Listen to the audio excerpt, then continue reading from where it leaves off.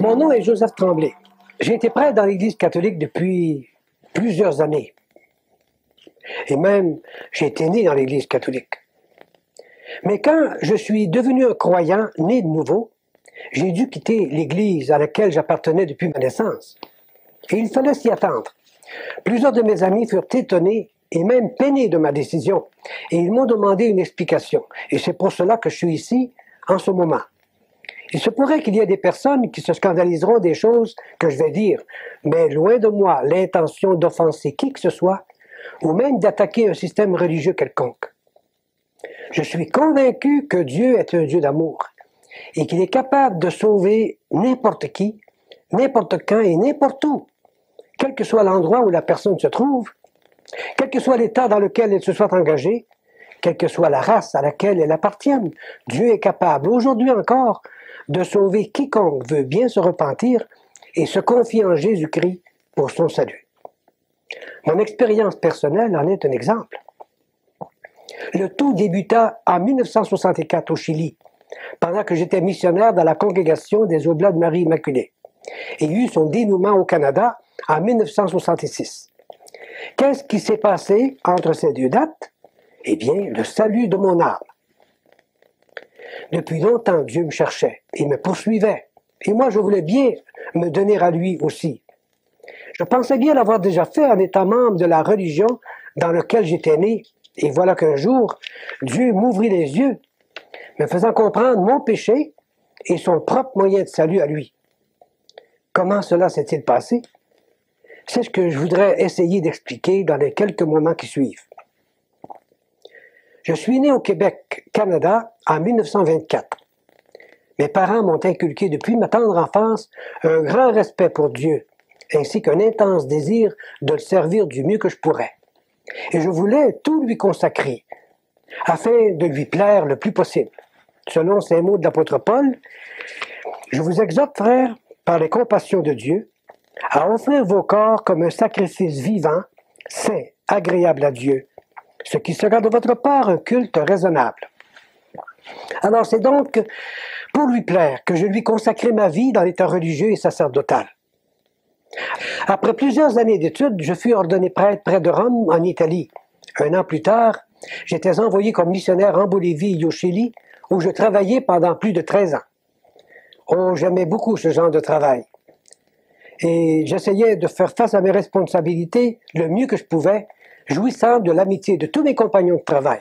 Même s'ils regardaient avec une certaine ironie mes goûts prononcés pour l'étude de la Bible, cependant leurs invitations à partager avec eux mes découvertes me prouvaient leur approbation. Certains m'appelaient même Joe la Bible, mais je savais que malgré l'ironie cachée derrière cette appellation, ils m'enviaient. Mes paroissiens eux-mêmes appréciaient ce ministère de la parole de Dieu. Ils organisèrent un club de l'étude de la Bible à domicile, ce qui m'obligea à étudier sérieusement la Bible, tant pour préparer mes sermons dominicaux que pour me préparer à ces réunions improvisées. Alors, l'étude de la Bible, qui jusque-là était un hobby pour moi, devint bien vite une obligation professionnelle. Je me rendis compte que les vérités qu'elle contenait étaient beaucoup plus claires que je pensais. Et d'un autre côté, je découvris que beaucoup de dogmes que j'avais étudiés en étaient absents. Ces études de la Bible que j'avais faites, donc, me démontraient que je ne connaissais pas la Bible. Alors, je commençai à parler à mes supérieurs d'aller étudier la Bible, quand ce serait mon tour de prendre des vacances. Entre-temps, les Jésuites en Antofagasta m'invitèrent à enseigner la Bible à l'école normale de l'université qu'ils dirigeaient. Je ne sais pas comment ils apprirent mon intérêt pour la Bible. Malgré mon manque de préparation, j'acceptai l'invitation, sachant que cette nouvelle responsabilité allait me forcer à étudier sérieusement la parole de Dieu. Que d'heures, de nuit et de jours furent consacrées à la préparation de mes cours, mes réunions, mes sermons. Et pour m'aider à garder un bon moral pendant ces heures de lecture et d'études, je m'étais habitué à écouter de la musique. On m'avait donné un petit radiotransistor par l'intermédiaire duquel je pouvais écouter les plus beaux concerts sans avoir à tourner les disques. C'est ainsi qu'un jour, je me rendis compte que c'était des beaux cantiques religieux qui me parvenaient. J'entendais le mot Jésus à travers, de temps en temps, pendant que je lisais la Bible et que je lisais les commentaires. L'ambiance était vraiment propice. Mais ces cantiques durèrent peu. Ils furent remplacés par une sorte de lecture de la Bible, et le dernier verset qui a été lu a attiré mon attention très fortement. Celui qui n'a point connu le péché, Dieu l'a fait devenir péché pour nous, afin que nous devenions en lui justice de Dieu. D'abord, je fus tenté de changer de poste, car cela me dérangeait beaucoup d'entendre parler pendant que j'étudiais. Et en plus, je me disais, qu'est-ce que ce ministre peut bien avoir de bon à m'enseigner? Moi, avec tous mes grades, je peux lui en montrer. Mais après une courte hésitation, j'optai pour écouter ce qu'il avait à dire. Et vraiment, j'appris des choses merveilleuses concernant la personne du Seigneur Jésus-Christ. J'étais même rempli de confusion, sachant que je n'aurais sans doute jamais pu en faire autant. Il me semblait que c'était Jésus qui me parlait, qui était là devant moi. Et combien peu je le connaissais, ce Jésus, qui pourtant faisait le sujet de mes pensées, de mes études. Je le sentais bien loin de moi. C'était la première fois que ce sentiment semblable venait en mon esprit concernant Jésus. Il me parut comme un étranger à ma vie. Il me semblait que tout mon être était vide. C'était comme un immense vide autour duquel j'avais monté tout un échafaudage de principes et de dogmes théologiques, bien beaux, bien charpentés, bien illustrés, mais qui ne touchaient pas mon âme, qui n'avaient pas changé mon cœur. Je sentis un vide immense en moi, et en dépit du fait que je continuais à étudier et à me gorger de lecture, de prières et de méditation, ce vide allait grandissant chaque jour davantage. Et je continuais à écouter à ce même poste tous les programmes que je pouvais. Et j'appris que cela venait de Quito, Équateur. C'était HCJB. J'appris aussi que ce poste était exclusivement consacré à prêcher l'Évangile dans le monde entier. Parfois, j'étais vraiment touché par tout ce que j'entendais. Et j'écrivais au poste directement pour les remercier et leur demander des renseignements. Ce qui me frappa le plus dans tout ce que j'entendais, ce fut l'insistance avec laquelle l'on parlait du salut par grâce, que tout le crédit du salut de l'homme était donné non pas à l'homme sauvé, mais au Seigneur Jésus, l'unique sauveur, que l'homme ne pouvait se glorifier de rien, que ses œuvres n'étaient qu'un vêtement souillé, que la vie éternelle ne pouvait être reçue dans un cœur que comme un don gratuit, que ce n'était pas une récompense en échange de mérites acquis, mais un don non mérité, donné par Dieu à quiconque se repent de ses péchés et reçoit dans sa vie Jésus comme son sauveur personnel. Tout cela était du nouveau pour moi. Tout cela était contraire à ce que ma théologie m'avait enseigné, que le ciel et la vie éternelle ne pouvaient se gagner qu'à coups de mérite, de fidélité, de charité et de sacrifice. Ce que j'avais d'ailleurs essayé de faire durant tant d'années. Et comme résultat de mes efforts, je me disais, je ne suis pas plus avancé qu'avant. Si je commets un péché mortel, je m'en vais en enfer, si je meurs dans cet état-là. Ma théologie m'avait enseigné le salut par les œuvres et les sacrifices, et je découvre dans la Bible un salut gratuit. Ma théologie ne me donne pas l'assurance du salut. La Bible m'offre cette assurance. Je me vois confus. Peut-être devrais-je arrêter d'écouter ces émissions évangéliques. Cette lutte en moi était en train de prendre d'alarmantes proportions. Je souffrais dans tout mon corps et dans mon cœur aussi. Des maux de tête, insomnie, crainte de l'enfer. Je n'avais plus envie de dire la messe, ni d'entendre des confessions. Mon âme avait davantage besoin de pardon et de consolation que toutes les autres âmes au contact desquelles je venais. Et j'évitais tout le monde. Mais Dieu continuait à me parler dans la solitude de mon cœur angoissé. Tant de questions surgissaient à mon esprit. Tant d'inquiétudes bouillonnaient dans mon cœur. Et la parole de Dieu vint à mon secours, répandant un baume rafraîchissant sur les chaleurs que je ressentais. Il est écrit, car Dieu a tant aimé le monde qu'il a donné sa vie, son Fils unique, afin que quiconque croit en lui ne périsse point, mais qu'il ait la vie éternelle. Et la parole de Dieu dit, car tous ont péché, ils sont privés de la gloire de Dieu, et ils sont gratuitement justifiés par sa grâce, par le moyen de la rédemption qui est en Jésus-Christ. Encore un autre verset que j'ai lu, car le salaire du péché, c'est la mort, mais le don gratuit de Dieu, c'est la vie éternelle en Jésus-Christ, notre Seigneur. Et beaucoup d'autres textes qui me viennent à l'esprit, textes que je connaissais maintenant pour les avoir souvent écoutés sur les ondes de HCJB. Bien, il me vient à l'esprit de tout raconter à mes supérieurs. Celui qui était dans mon couvent, à ce moment-là, était un homme très sage et un vrai papa pour chacun. Il avait déjà remarqué mon attitude. J'avais changé. Quelque chose n'allait pas en moi. Je lui dis pourquoi. Il me laissa parler. Avant de terminer ma confession, je lui dis « J'aimerais pouvoir non seulement lire la Bible et étudier la Bible, mais aussi essayer d'y adapter ma vie et de vivre selon ce qui est écrit, sans d'autres impositions des hommes. » La réponse fut très vague. Il ne voulait pas m'offenser. Il me conseilla de continuer à lire la Bible, mais que je devais maintenir ma fidélité aux enseignements de notre mère, la Sainte Église, à laquelle on doit se soumettre, même dans les choses qu'on ne comprend pas. J'écoutais mon supérieur avec tout le respect que je lui devais. Lui-même n'était pas sûr de son salut. Mais dans mon cœur, j'avais perdu la foi dans mon Église, parce qu'elle n'enseignait pas l'assurance du salut. Une fissure s'était faite dans mon cœur qui allait s'agrandir et tout casser, plus vite que je ne croyais. Alors la lumière se fit dans mon cœur au moment où je ne m'attendais pas du tout. C'était mon tour de prêcher dans la paroisse. Alors, le samedi antérieur, j'avais, comme d'habitude, écouté le programme de Billy Graham à la radio HCJB, l'heure de la décision. C'était le programme qui m'avait beaucoup aidé à préparer mes sermons les dimanches antérieurs. Cette fois-ci, j'avais choisi comme thème de ma prédication l'hypocrisie religieuse, en me prévalant du passage de l'Évangile selon Matthieu, au chapitre 7e, qui dit ceci. « Ceux qui me disent « Seigneur, Seigneur » n'entreront pas tous dans le royaume des cieux, mais celui-là seul qui fait la volonté de mon Père qui est dans les cieux.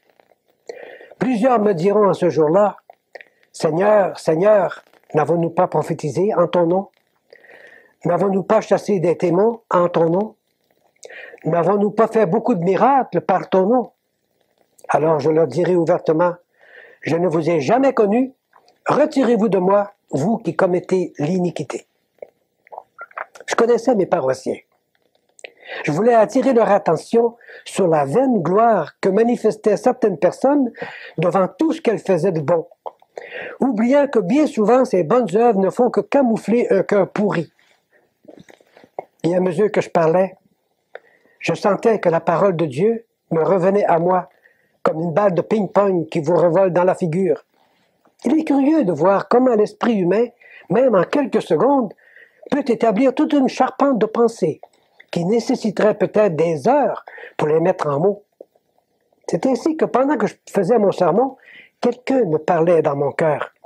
Il me faisait un sermon exactement adapté à mes besoins personnels. Je pensais, parce que j'étais un religieux et un prêtre, j'étais meilleur que tous ceux qui m'entouraient.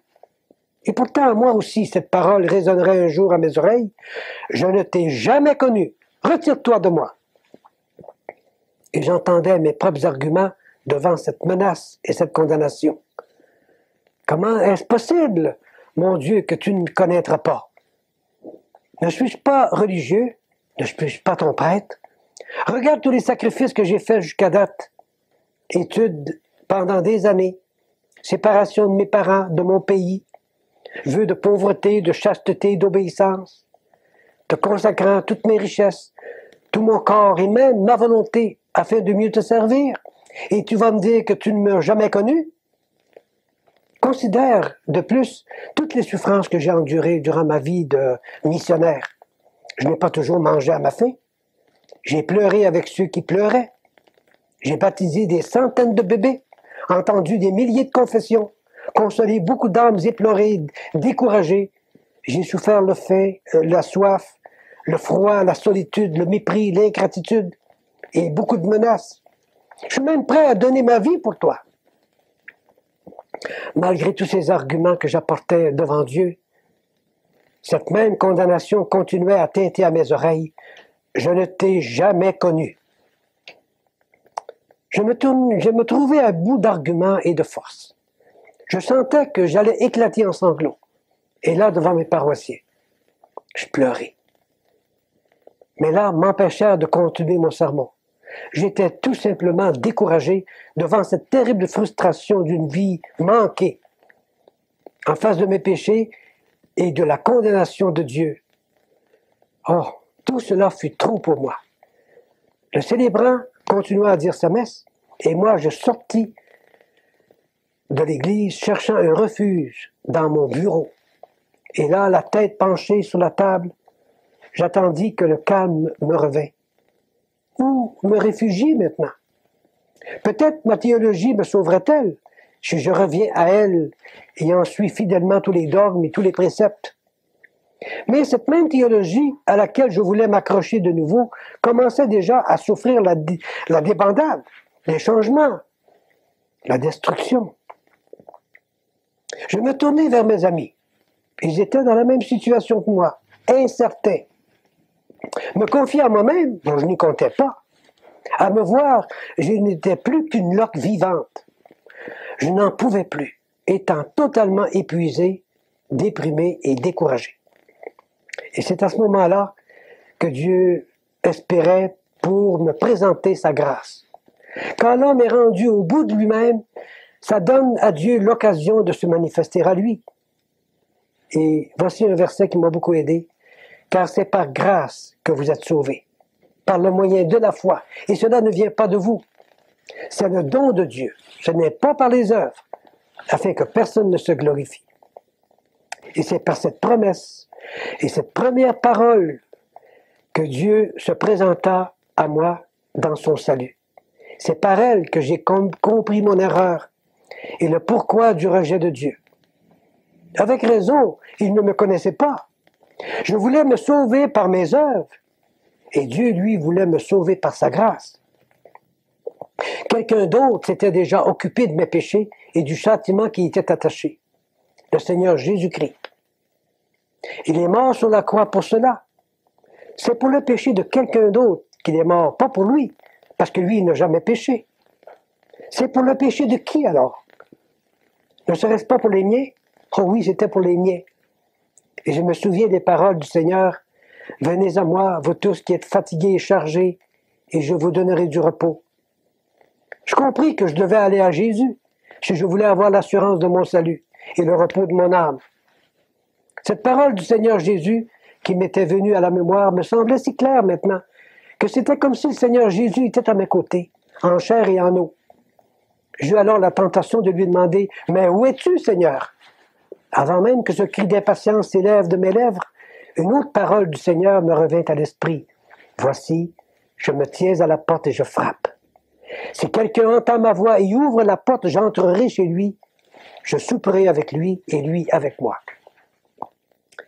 Alors, je lui ouvris la porte de mon cœur. Maintenant, je savais où était le Seigneur Jésus. Il était bien moins loin que je ne le croyais. Et je m'empressai de l'inviter à entrer dans mon cœur, dans ma vie. Et cela sans prendre le temps d'aller demander des permissions à un autre homme. Je lui dis, « Seigneur, entre dans mon cœur. Sois-en le chef. Prends-en le contrôle de ma vie, ô Sauveur bien-aimé. » À partir de ce moment-là, je savais que j'étais libéré de ce châtiment qui m'avait menacé durant si longtemps. J'étais sauvé, pardonné. J'avais la vie éternelle. Et j'en avais l'assurance, parce que Dieu l'avait dit dans sa parole. Mais à tous ceux qui l'ont reçu, à ceux qui croient en son nom, elle a donné le pouvoir de devenir enfants de Dieu, lesquels sont nés non du sang, ni de la volonté de la chair, ni de la volonté de Dieu, ni de la volonté de l'homme, mais de Dieu. J'étais donc devenu un enfant de Dieu, et Dieu était devenu mon Père. Et ce Dieu qui était devenu mon Père commença une œuvre merveilleuse en moi. Je compris alors cette parole que j'avais entendue si souvent. Celui qui n'a point connu le péché, Dieu l'a fait devenir péché pour nous, afin que nous devenions en lui justice de Dieu. Et je me souviens aussi de cette autre parole du Seigneur Jésus-Christ que j'ai lue dans la Bible. Le châtiment qui nous donne la paix est tombé sur lui. Qu'est-ce qui s'est passé dans la suite? Eh bien, je continuais mon ministère sacerdotal du mieux que je pouvais. Mais peu à peu, je sentais que j'étais comme un étranger dans cet état. Je sentis que cette grâce qui m'avait sauvé, qui avait fait de moi un enfant de Dieu, allait entrer en conflit avec les œuvres de l'état dans lequel j'essayais de vivre. J'étais heureux parce que j'avais l'assurance de mon salut, mais j'étouffais en même temps, dans un cadre qui essayait de me pousser à faire des œuvres pour mériter mon salut. Le salut, je l'avais. Alors ces œuvres ont été mises de côté, les unes après les autres. Même ma prédication changea d'orientation et de présentation. Tout ce qui m'intéressait maintenant, c'est ce que Jésus avait fait et ce qu'il était. De sorte que je délaissais les thèmes préparés d'avance par l'organisation liturgique du diocèse pour consacrer tous mes efforts sur la personne et l'œuvre de mon Sauveur bien-aimé, le présentant comme tel aux paroissiens qui étaient abasourdis, ahuris, mais bien souvent aussi édifiés. Quoique je me sentais à l'aise envers Dieu, en ce qui concerne le salut parfait opéré par lui en moi, par son Fils, cependant, je ne me sentais pas à l'aise envers moi-même, ni envers les gens qui m'entouraient. Je portais un costume qui montrait que je suivais une religion basée sur des œuvres pour être sauvé. Tandis que dans mon cœur, je savais que Dieu m'avait pardonné sur la base de ce que son Fils avait fait une fois pour toutes sur la croix du Calvaire. Un sentiment d'hypocrisie s'empara de moi, produisant une situation qui allait devenir intenable, insupportable. Et c'est alors que je demandai à mes supérieurs d'accepter ma démission, sans trop comprendre pourquoi je voulais partir. Ils m'avaient en effet choyé de bien des manières. Rien ne me manquait. Selon eux, c'est vrai que rien ne me manquait en ce qui concerne le vêtement, le manger, le logement, la santé.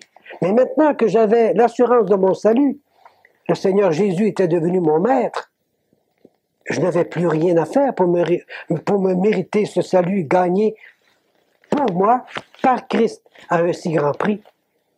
Vous savez, quand un criminel vient au Seigneur en se confiant en lui pour son salut, il ne fait plus les choses criminelles qu'il faisait. Quand un drogué, par exemple, vient au Seigneur, il ne se drogue plus.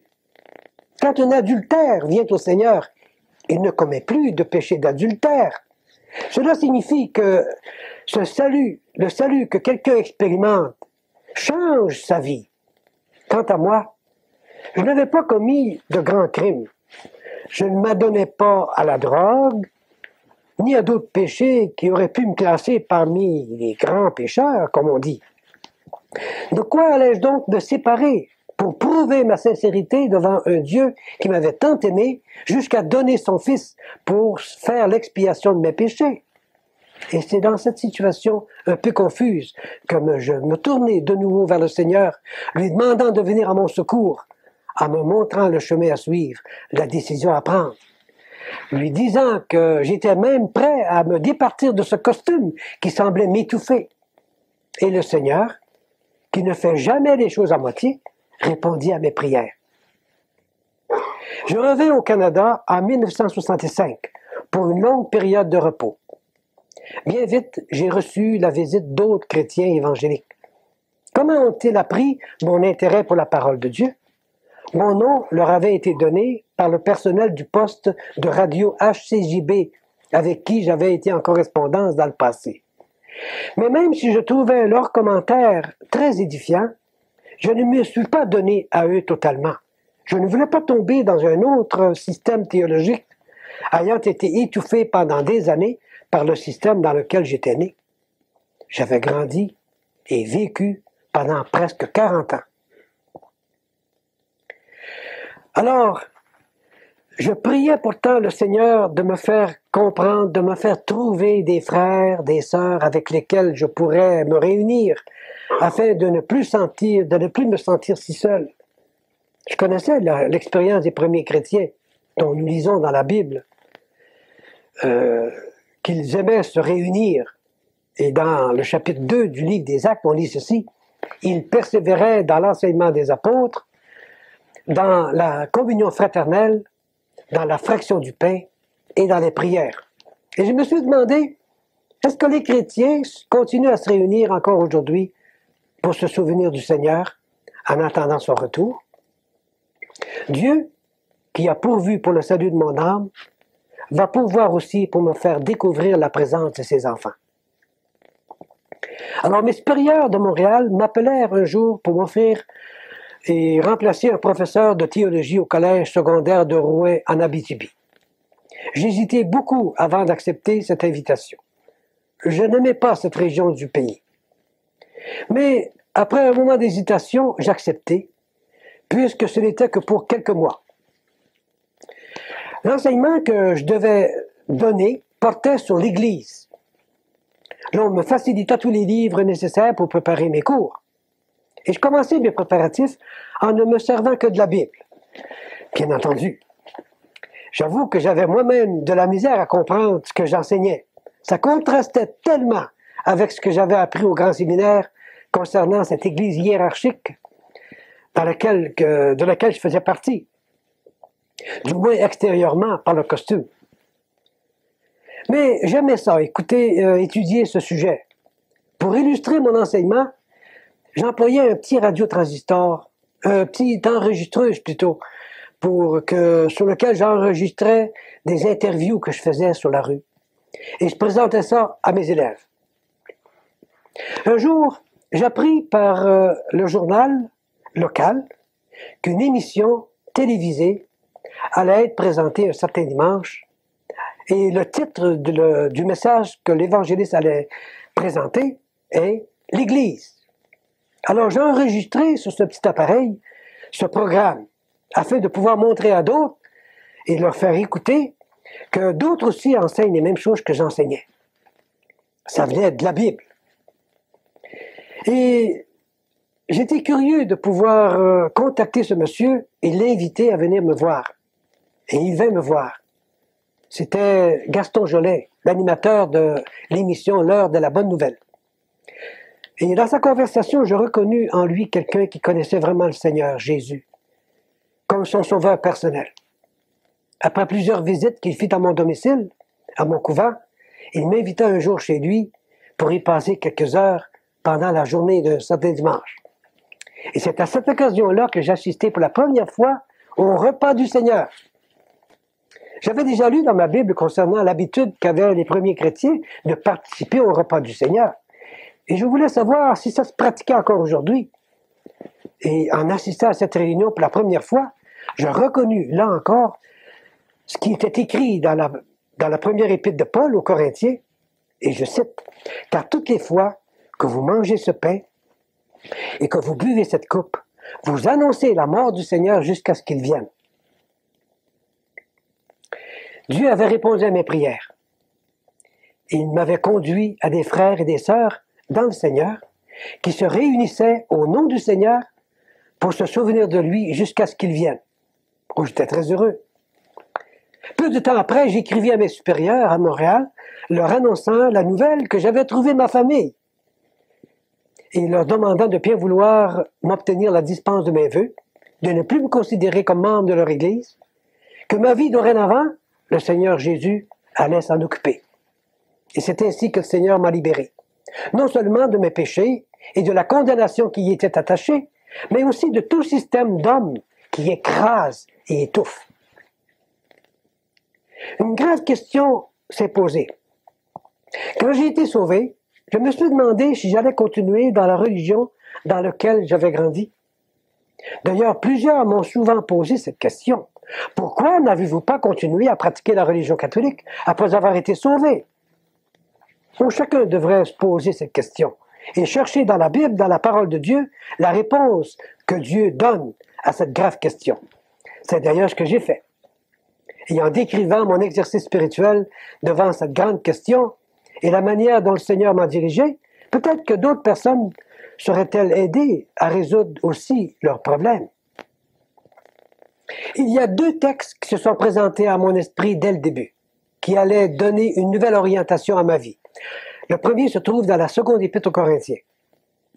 Ne vous mettez pas avec les infidèles de joug étranger. Car quel rapport y a-t-il entre la justice et l'iniquité? Ou qu'y a-t-il de commun entre la lumière et les ténèbres? Quel rapport y a-t-il entre Christ et Bélial?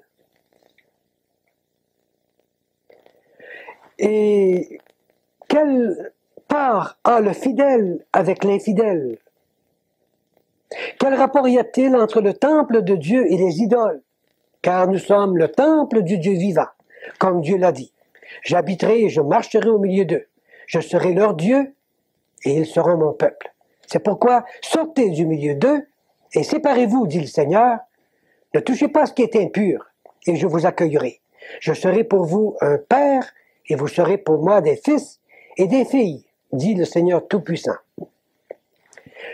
Ici, le Seigneur me demande de sortir d'un système qui lui déplaît. Et je me demandais, de quel système est-il question? On m'avait toujours enseigné que ma religion était la meilleure, et qu'en dehors de l'Église, point de salut. Peut-être ne voulait-il pas viser ma religion, après tout. Le second texte se trouve dans le livre de l'Apocalypse, au chapitre 18e. Et on lit ceci. « Et j'entendis du ciel une autre voix qui disait, « Sortez du milieu d'elle, mon peuple, afin que vous ne participiez point à ses péchés, et que vous n'ayez point part à ses fléaux, car ses péchés se sont accumulés jusqu'au ciel, et Dieu s'est souvenu de ses iniquités. » Eh bien ici, Dieu me décrit le système dont il veut que je me sépare, comme étant un système qui est encore dans ses péchés et continue à pécher contre Dieu, comme en lui lançant des flèches. Mais quel était le système dont il est fait mention? Est-ce possible que j'en fasse partie sans le savoir? Et c'est alors que j'ai passé en revue toute ma vie, vérifiant par les Écritures tout ce que je faisais et tout ce que j'étais. Tout comme on le lit dans le livre des Actes concernant les chrétiens de Bérée, qui dit ceci, « Ces Juifs avaient des sentiments plus nobles que ceux des Thessaloniques. Ils reçurent la parole avec beaucoup d'empressement. Ils examinaient chaque jour les Écritures pour savoir si ce qu'on leur disait était exact. Alors je me suis donc mis à étudier les Écritures pour savoir si ce qu'on m'avait enseigné et ce que je faisais était conforme à la parole de Dieu. Et le résultat de mon examen, eh bien, voici le résumé dans les quelques lignes ou dans les quelques paroles qui suivent. D'abord, ce fut la question de l'assurance de mon salut, naturellement. Mon Église m'avait enseigné que personne ne pouvait être sûr d'aller au ciel avant de mourir. Et même elle menaçait d'excommunication quiconque oserait penser le contraire. Mais nous lisons dans la parole de Dieu, « Je vous ai écrit ces choses afin que vous sachiez que vous avez la vie éternelle, vous qui croyez au nom du Fils de Dieu. » Dieu donc dit à quiconque croit en son Fils pour son salut, « Oui, sache que tu as la vie éternelle. » Alors c'est ce que j'ai fait. Je me suis repenti et j'ai mis ma foi pour mon salut dans la personne et l'œuvre du Seigneur Jésus-Christ. Donc je sais que je suis sauvé. Les hommes avec leur théologie disent « Non, tu ne peux pas être sûr. Personne ne peut être sûr. » Qui a raison? C'est Dieu, naturellement. C'est juste pour que nous ayons l'assurance d'être sauvés que Dieu a dit ces choses dans la parole. Un autre point qui m'a paru être en désaccord avec la parole de Dieu, c'est la question du pardon des péchés. C'est un grand problème que l'homme veut résoudre. Eh bien, ce grand problème, c'est celui de savoir comment ces péchés peuvent être pardonnés et que seul le Seigneur Jésus peut les pardonner. En ce qui me concerne, j'avais fait tout ce qui était à mon pouvoir pour obtenir cette sécurité et cette paix. en me soumettant à tout ce que mon Église m'avait enseigné. Chaque semaine, après avoir fait mon examen de conscience, je me confessais à un autre prêtre. Et après avoir reçu l'absolution, j'accomplissais la pénitence qui m'avait été imposée, en y ajoutant souvent d'autres prières de mon cru, souvent en élevant mes bras en forme de croix. Et malgré tout cela, j'étais toujours dans un état de tourment intérieur, essayant de découvrir quelle sorte de péché j'aurais pu avoir caché dans le fond de mon cœur et que j'aurais oublié de confesser. Quel tourment! Je n'ai jamais été sûr que mes péchés étaient vraiment pardonnés. Mais quand j'eus rencontré Christ, j'ai trouvé la paix, la vraie, celle dont parle la Bible. Et je cite, « Étant donc justifiés par la foi, nous avons la paix avec Dieu par notre Seigneur Jésus-Christ. » Il y a un autre verset qu'on lit, « Tous les prophètes rendent de lui le témoignage que quiconque croit en lui reçoit par son nom le pardon des péchés. » Ces paroles sont de Dieu même, parlant par la bouche ou la plume de Pierre ou de Paul, c'est ce grand apôtre Pierre en particulier, à qui le Seigneur Jésus avait dit, « Ceux à qui vous pardonnerez les péchés, ils leur seront pardonnés. Et ceux à qui vous les retiendrez, ils leur seront retenus. » Ce n'est pas vers sa propre personne que Pierre demande aux gens de venir pour qu'ils confessent leurs péchés. Comment se fait-il que l'on m'ait enseigné que confesser nos péchés à un autre homme avait été ordonné par le Seigneur Jésus? Le Seigneur Jésus a demandé à ses apôtres et à tous ses disciples de prêcher l'Évangile qui donnerait aux gens l'opportunité de savoir que leurs péchés pouvaient être pardonnés. Et je cite un passage dans la première épître aux Corinthiens. « Je vous rappelle, frères, l'Évangile que je vous ai annoncé, que vous avez reçu, dans lequel vous avez persévéré et par lequel vous êtes sauvés, si vous le retenez dans les termes que je vous l'ai annoncés. Autrement, vous auriez cru en vain. Je vous ai enseigné avant tout, comme je l'avais aussi reçu, que Christ est mort pour nos péchés selon les Écritures, qu'il a été enseveli et qu'il est ressuscité le troisième jour selon les Écritures. » C'est donc vrai que par l'Évangile, nous venons à connaître Christ et que nos péchés sont pardonnés par lui pour quiconque met sa foi en lui pour son salut. Moi, je me suis confié à lui pour mon salut, donc mes péchés sont pardonnés. Parfois, il y a des doutes qui surviennent, mais je me dis, le Seigneur l'a dit et il a raison. C'est lui qui me donne l'assurance et cela me suffit. Et j'ai la paix dans mon cœur. C'est sans doute cela qu'a compris Corneille, dont parle le livre des Actes. Et je cite, « Cet homme était pieux et craignait Dieu, avec toute sa maison. Il faisait beaucoup d'aumônes au peuple.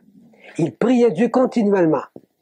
Un ange lui apparut tout à coup et lui ordonna de faire venir l'apôtre Pierre, qui lui parlerait du Seigneur, et lui dirait, remarquez bien, il lui dirait des paroles par lesquelles il serait sauvé, lui et toute sa maison. » En d'autres termes, il fallait que Corneille entende les paroles de l'Évangile s'il voulait être sauvé.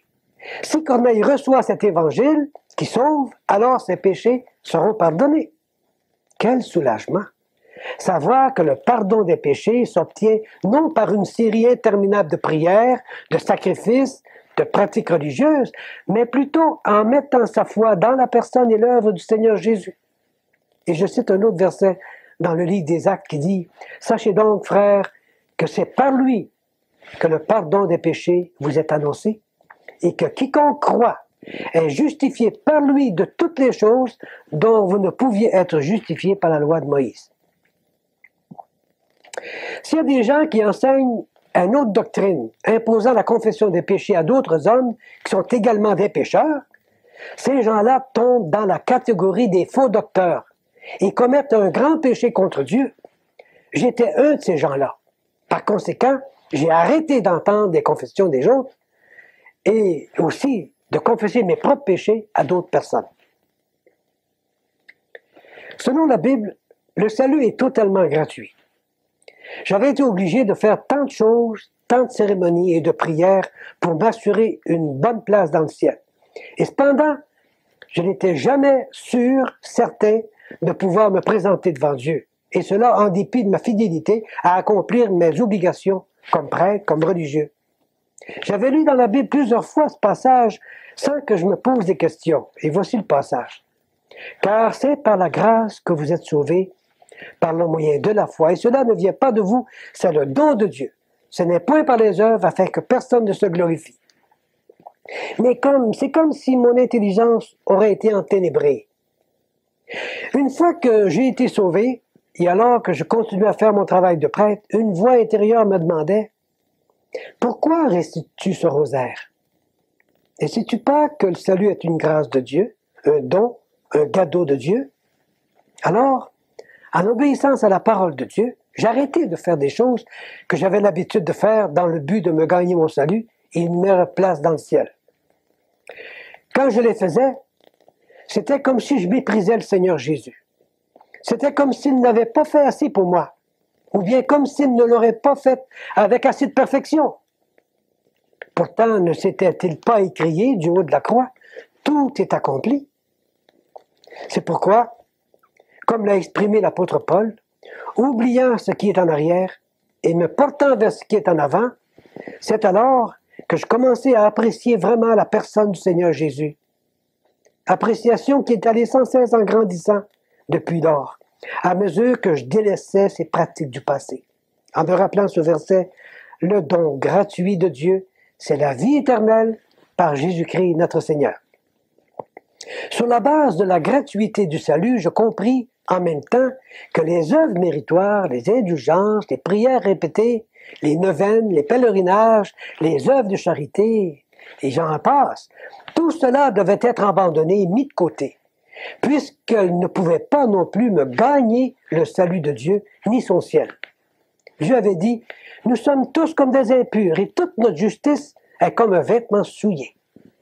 Je compris en même temps que, si bien le salut de Dieu ne peut pas s'acheter, cependant, il y a des œuvres qui suivent le salut, qui sont des résultantes du salut.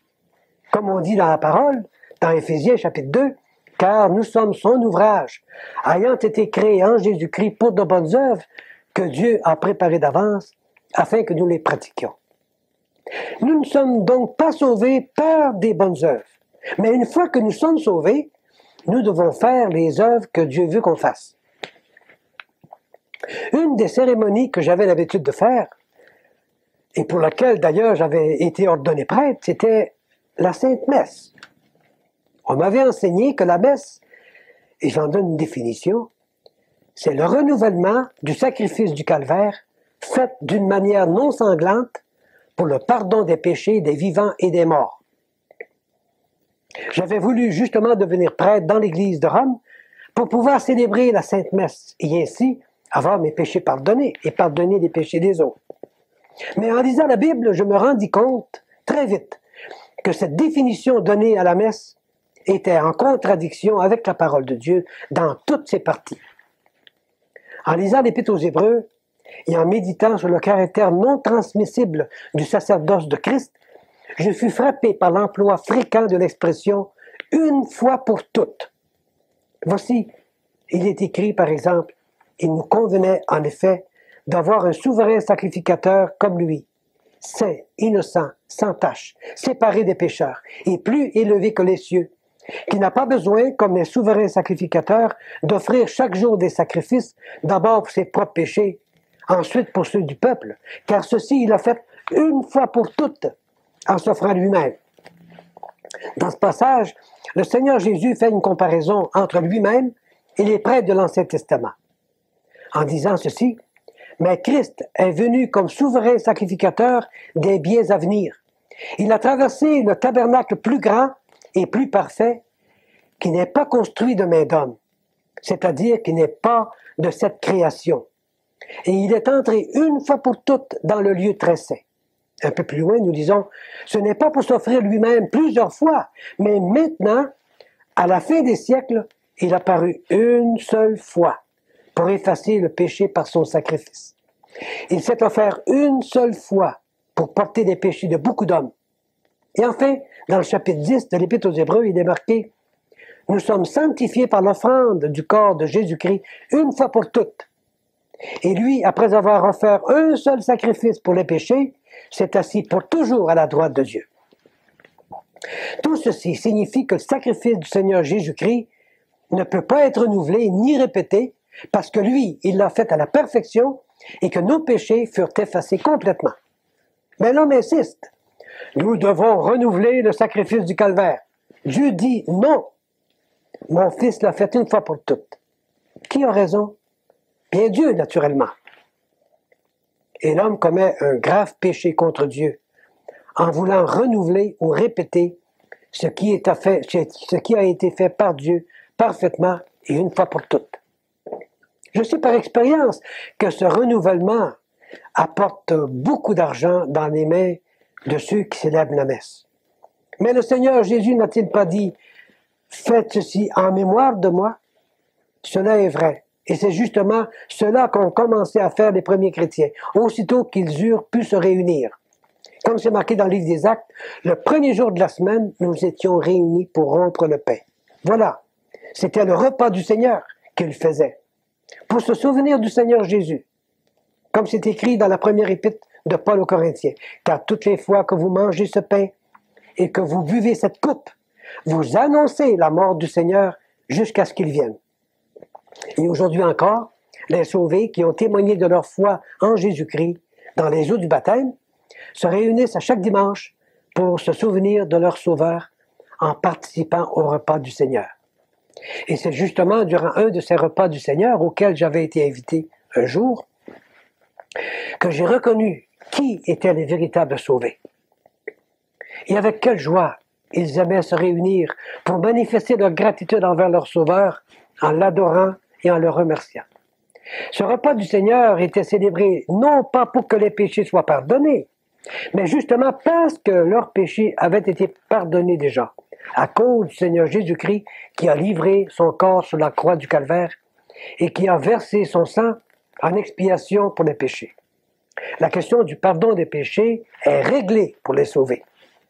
Quelle différence avec la messe du système auquel j'avais appartenu? La messe était célébrée pour obtenir le pardon des péchés. Mais la Bible dit, sans effusion de sang, il n'y a pas de pardon. Or, la messe est un sacrifice non sanglant, fait sans effusion de sang. Alors, je comprends pourquoi il n'y avait pas de pardon des péchés. Et même s'il aurait été possible de célébrer des messes durant toute l'éternité, eh bien, durant toute l'éternité, les péchés n'auraient pas été pardonnés, et par conséquent, ils auraient été soumis au juste jugement de Dieu pendant toute l'éternité. On ne peut imaginer la gratitude de mon âme envers la personne de mon Sauveur pour son œuvre magnifique du salut opéré sur la croix du Calvaire. Une fois pour toutes, une œuvre si parfaite qui a permis au Père Céleste de ne jamais plus se souvenir de mes péchés. Malgré la grande satisfaction que je ressentais concernant le pardon de mes péchés et l'appréciation que j'entretenais envers la personne du Seigneur Jésus, cependant je me sentais comme un intrus face à lui. Me sachant sauvé par grâce, j'ai continué durant un bout de temps à exercer mon ministère sacerdotal, portant sur mon corps, devant les gens, le costume du prêtre et le titre du prêtre. Pendant ce temps-là, une des paroles de la Bible me harcelait profondément. Mais lui, parce qu'il demeure éternellement, possède un sacerdoce qui n'est pas transmissible. Dieu était en train de me dire, il n'y a qu'un seul prêtre, c'est mon fils. Et son sacerdoce ne peut pas être transféré ni transmis à personne d'autre. Mais encore là, l'homme avec sa théologie rétorque, il nous faut des prêtres, puis on va s'en faire. Qui a raison? Dieu, naturellement. Quand j'eus renoncé au sacerdoce humain, j'ai commencé à comprendre le plan que Dieu avait à l'égard de tous les croyants. Il a voulu les faire un avec Christ et en Christ, intégrés à l'état sacerdotal de son Fils dans le ciel. Comme on lit dans la parole de Dieu, première épître de Pierre. Et vous-même, comme des pierres vivantes, édifiez-vous pour former une maison spirituelle, un saint sacerdoce, afin d'offrir des victimes spirituelles agréables à Dieu par Jésus-Christ. Cela signifie que tous les croyants, tous ceux qui sont sauvés par la foi en Jésus-Christ, qu'ils soient hommes ou femmes ou enfants, sont tous membres de la famille sacerdotale du Seigneur Jésus-Christ.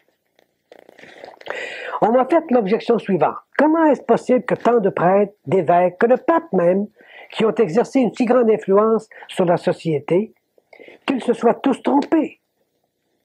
Incompréhensible, en effet. Toutes ces personnes ont accompli des choses merveilleuses pour le bien-être des gens, partout dans le monde. Mais en ce qui me concerne, j'étais convaincu que tout en étant moi-même un prêtre dans cette religion, selon la Bible, je n'étais pas même un enfant de Dieu. Que si je suis parvenu à me faire ordonner prêtre, ce sacerdoce me fut communiqué par une pure ordination humaine. Il ne venait pas de Dieu. L'on m'avait ordonné prêtre parce que, antérieurement, j'avais été confirmé ou j'avais été baptisé, j'avais reçu d'autres sacrements. Et si je n'avais pas été baptisé avant, on ne m'aurait jamais ordonné prêtre. Le baptême dont on m'a baptisé, comme étant petit bébé, a été, selon cette religion, mon entrée dans le christianisme. J'ai appris plus tard que, par ce baptême, j'étais devenu un enfant de Dieu. Mais je sais maintenant qu'on ne devient pas un enfant de Dieu, ni par une cérémonie religieuse quelconque, ni par aucune œuvre qu'on pourrait faire. C'est plutôt par la foi en Jésus-Christ qu'on devient un enfant de Dieu. Alors, si mon baptême ne faisait pas de moi un enfant de Dieu, à quoi m'auraient servi les autres sacrements que j'avais reçus après ou que j'aurais pu recevoir plus tard? Même si on m'avait consacré évêque, cela n'aurait pas servi à grand-chose. Et que se serait-il passé si on m'avait couronné pape? C'est le Seigneur Jésus-Christ qui a demandé à tous ceux qui croiraient en lui qu'ils témoignent de leur foi publiquement, et ce témoignage exigé par le Seigneur se fait par le baptême par immersion. Ce baptême démontre devant tout le monde, d'une manière visible, ce qui s'est passé d'une manière invisible dans l'âme de chacun quand Dieu a sauvé cette personne-là. C'est une cérémonie qui décrit notre identification avec le Seigneur, dans sa mort, dans son ensevelissement et dans sa résurrection. Le baptême ne sauve personne. Il ne fait que démontrer d'une manière illustrative ce qui s'est passé quand on a été sauvé. Mais l'homme dit, il faut se faire baptiser pour recevoir la vie de Dieu. Dieu dit non. Le salut est un don gratuit, donné à quiconque se repent et croit à mon Fils. Qui a raison? Dieu, naturellement. On m'a accusé d'avoir perdu la foi dans le pape. Je m'y attendais. La parole de Dieu vint en mon secours. On m'avait enseigné que le pape est le chef visible de l'Église et que Christ en est le chef invisible. Et pour me le prouver, on m'a cité des paroles que le Seigneur Jésus a dites un jour à l'apôtre Pierre. Et moi, je te dis que tu es Pierre, et que sur ce roc, je bâtirai mon Église, et que les portes du séjour des morts ne prévaudront point contre elle. Ce passage est dans l'Évangile de Matthieu. Mais je sais que le mot roc ici ne correspond pas à Pierre. C'est bien le Seigneur Jésus-Christ lui-même qui est le roc. C'est lui qui est le rocher, le roc, la pierre angulaire de l'édifice qu'il allait construire. C'est d'ailleurs symbolisé dans l'Ancien Testament par ce rocher d'où a coulé l'eau qui a rassasié le peuple hébreu dans le désert. Vous vous souvenez? C'est marqué dans la première épître de Paul aux Corinthiens, ceci, ils ont tous bu le même breuvage spirituel, car ils buvaient à un rocher spirituel qui les suivait, et ce rocher était Christ. Ce fut donc très clair pour moi. C'est pourquoi, quand j'eus quitté l'Église, dont je faisais partie, j'ai eu la liberté de donner à mes amis la réponse suivante. Oui, c'est vrai, j'ai perdu la foi dans le pape.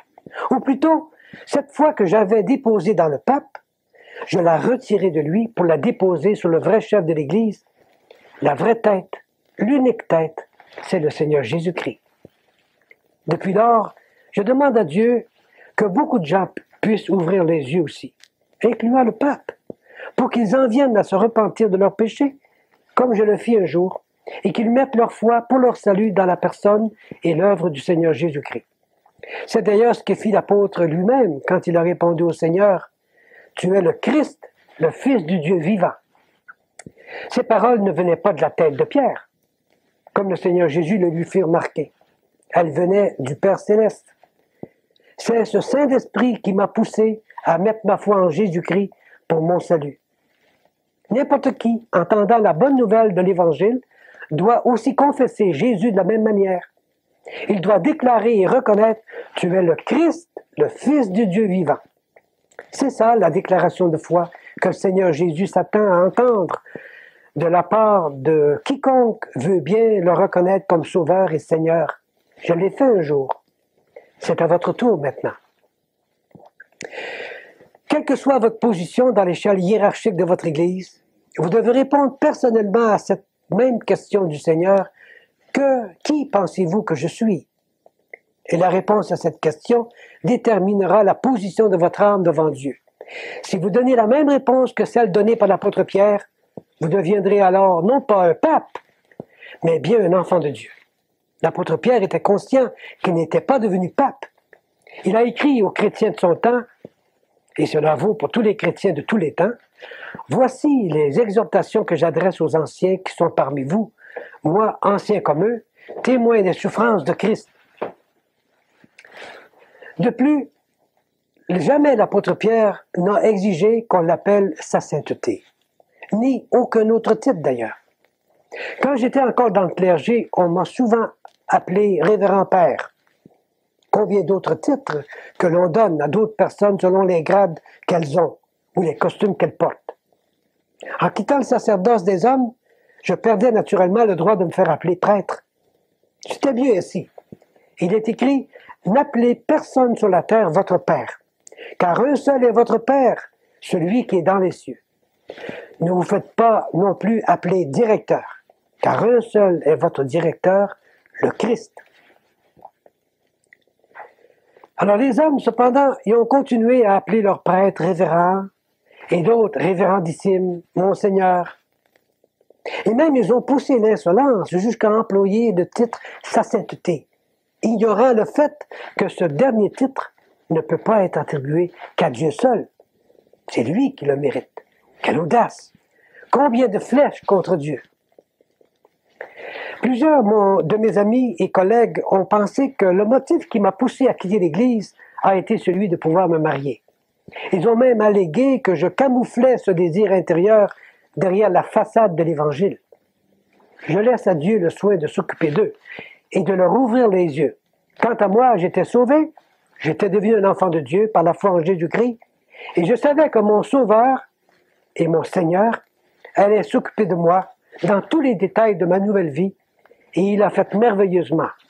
3 années plus tard, il m'a fait rencontrer celle qui, depuis, est mon épouse, Jessie McGowan. C'est une chrétienne expérimentée dans les choses du Seigneur. Parlant de mariage, j'ai appris par la parole de Dieu que le mariage est un état voulu par Dieu pour tout le monde. Personne ne peut mettre d'empêchement à cette volonté de Dieu sans aller à l'encontre de ses plans. Et on lit dans la parole de Dieu ceci, mais l'Esprit dit expressément que dans les derniers temps, quelques-uns abandonneront la foi pour s'attacher à des esprits séducteurs, à des doctrines de démons, par l'hypocrisie de faux docteurs portant la marque de la flétrissure dans leur propre conscience. Ils prescrivent de ne pas se marier et de s'abstenir d'aliments que Dieu a créés pour qu'ils soient pris avec action de grâce par ceux qui sont fidèles et qui ont connu la vérité. Car tout ce que Dieu a créé est bon, et rien ne doit être rejeté pourvu qu'on le prenne avec action de grâce. Donc Dieu dit, le mariage est bon pour tout le monde, mais l'homme rétorque, non, le mariage n'est pas bon pour les prêtres, les religieuses ou les religieux. Qui a raison? C'est Dieu, évidemment. Comme prêtre, je m'engageais à me soumettre au pape et à enseigner et à prêcher des doctrines qui m'étaient imposées. Mais une fois soumis au contrôle de Christ et de sa parole, je découvris bien vite que la plus grande partie des dogmes qu'on m'avait enseignés ne se trouvaient pas dans la Bible, en particulier ceux concernant Marie, la mère de Jésus. On l'appelait la mère de Dieu, l'Immaculée Conception, l'Assomption, la médiatrice de toute grâce, la reine du monde et beaucoup d'autres titres. Tous ces titres sont connexes les uns aux autres, mais aucun ne se trouve dans la Bible. Le point de départ de tous ces titres se trouve dans celui de mère de Dieu. Marie n'est pas la mère de Dieu. Dieu n'a pas de mère. Elle est la mère de Jésus, oui, qui est le Fils de Dieu, qui a pris une nature humaine dans le sein virginal de Marie. Les gens du monde de la théologie ont voulu lui donner le nom de Mère de Dieu, et pour légitimer ce titre, ils ont aussi trouvé celui d'Immaculée Conception, naturellement. Car ils se sont dit, il ne convient pas que la mère de Dieu soit née dans le péché, avec un péché dans l'âme. Alors, ils ont inventé l'idée qu'elle aurait été conçue sans péché dès le sein de sa mère. La Bible parle, oui, de quelqu'un qui a vraiment été conçu sans péché dès le sein de sa mère. C'est Jésus. Il a été conçu sans péché par l'opération du Saint-Esprit dans le sein de Marie. C'est marqué dans l'Évangile de Luc, ceci. L'ange lui répondit, « Le Saint-Esprit viendra sur toi, et la puissance du Très-Haut te couvrira de son ombre. C'est pourquoi le Saint-Enfant qui naîtra de toi sera appelé Fils de Dieu. » Selon ces paroles de l'ange, c'est le Seigneur Jésus qui est immaculé dans sa conception, et non pas Marie. Selon la Bible, donc, Marie, tout comme les autres personnes qui sont nées dans ce monde, depuis le péché d'Adam, tombe elle-même dans la catégorie des pécheurs. Elle a eu besoin d'un sauveur, tout comme vous et moi. C'est bien ce qu'elle-même a compris quand elle s'est exclamée dans son cantique le Magnificat, « Mon âme exalte le Seigneur, et mon esprit se réjouit en Dieu, mon sauveur. » Si Marie a appelé Jésus son sauveur, c'est qu'elle avait besoin d'être sauvée, d'être bénéficiaire elle aussi de ce salut offert gratuitement à quiconque se repent et croit. Et comme conclusion, Marie n'est pas immaculée dans sa conception. Si elle n'est pas immaculée dans sa conception, les autres titres qui lui sont attribués ne valent pas non plus. Ces titres ne sont que des résultats de la des hommes, contre laquelle le Saint-Esprit nous met en garde. Et je vous cite ce verset dans la parole de Dieu qui se trouve dans l'Épître aux Colossiens. « Prenez garde que personne ne fasse de vous sa proie par la philosophie, par une vaine tromperie, s'appuyant sur la tradition des hommes, sur les principes élémentaires du monde et non sur Christ. » Un des titres attribués à Marie est celui de médiatrice de toute grâce. Mais la parole de Dieu nous présente le Seigneur Jésus comme le seul médiateur. Et je cite le verset dans 1 Timothée. « Car il y a un seul Dieu et un seul médiateur entre Dieu et les hommes, Jésus-Christ homme. » Alors, Marie n'est pas médiatrice. J'aime bien Marie. Elle est la mère de mon Sauveur, le Seigneur Jésus-Christ. De plus, c'est elle qui, en ce qui me concerne, m'a présenté son Fils. Elle m'a mis en contact avec le Sauveur de mon âme. Ce fut en effet une parole sortie de sa bouche lors des noces de Cana qui m'a personnellement permis de porter mon attention vers le Seigneur Jésus-Christ. Elle a dit au serviteur, « Faites tout ce qu'il vous dira. » Eh bien, c'est ce que j'ai fait moi-même. Je me suis mis à l'écoute du Seigneur Jésus, sous l'invitation de Marie. Je me suis mis à l'écoute du Seigneur par la lecture de la Bible, qui est la parole du Seigneur. Le résultat, le salut de mon âme. Je suis sauvé. Marie a appelé Jésus mon sauveur. Moi aussi, je l'ai appelé mon sauveur, parce que je l'ai reconnu comme celui qui a porté mes péchés sur la croix, qui est mort à ma place et qui est maintenant vivant pour me donner sa vie et vous la donner à vous aussi. N'aimeriez-vous pas, à votre tour, cher ami, vous mettre à l'écoute du Seigneur Jésus et vous confier à lui pour votre salut?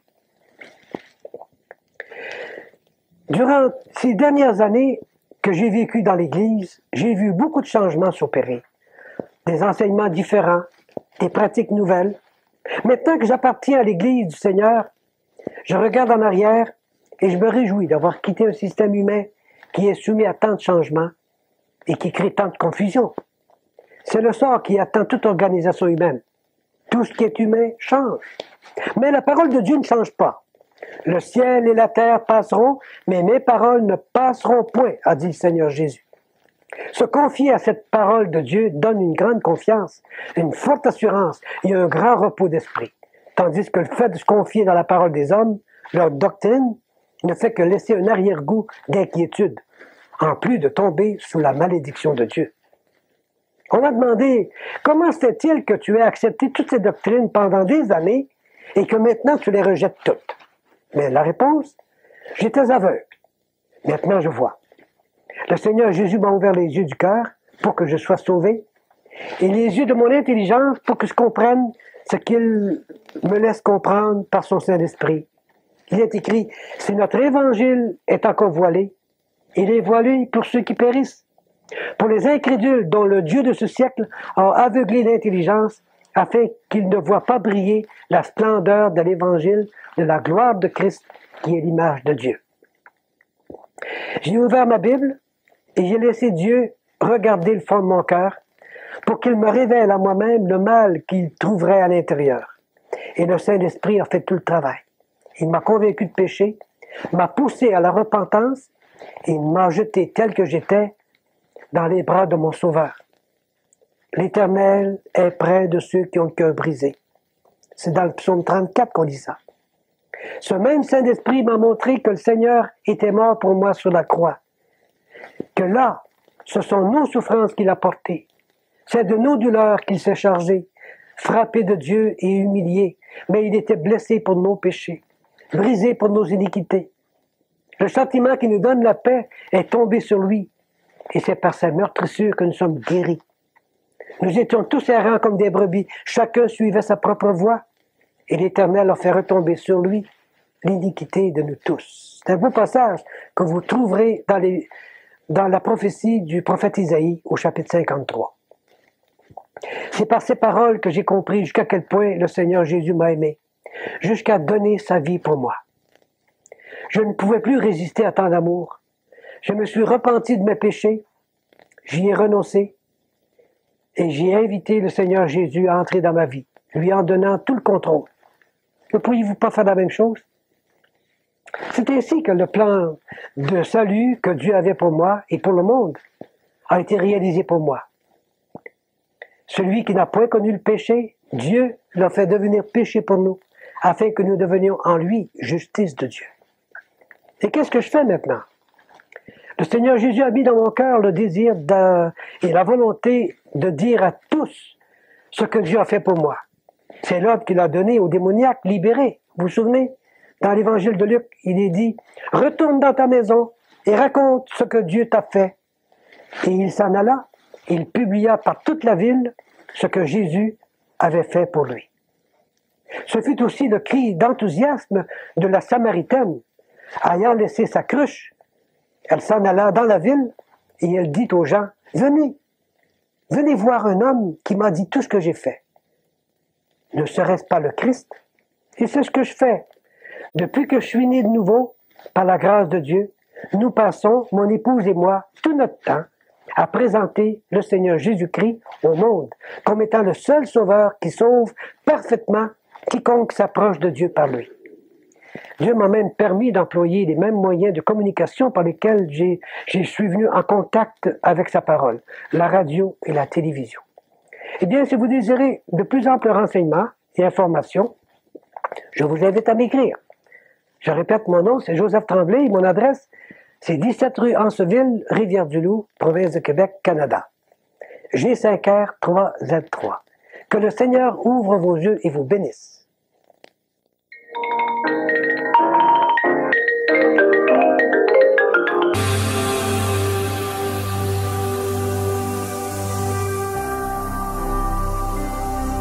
Jésus-Christ TV, vous connaîtrez la vérité et la vérité vous affranchira.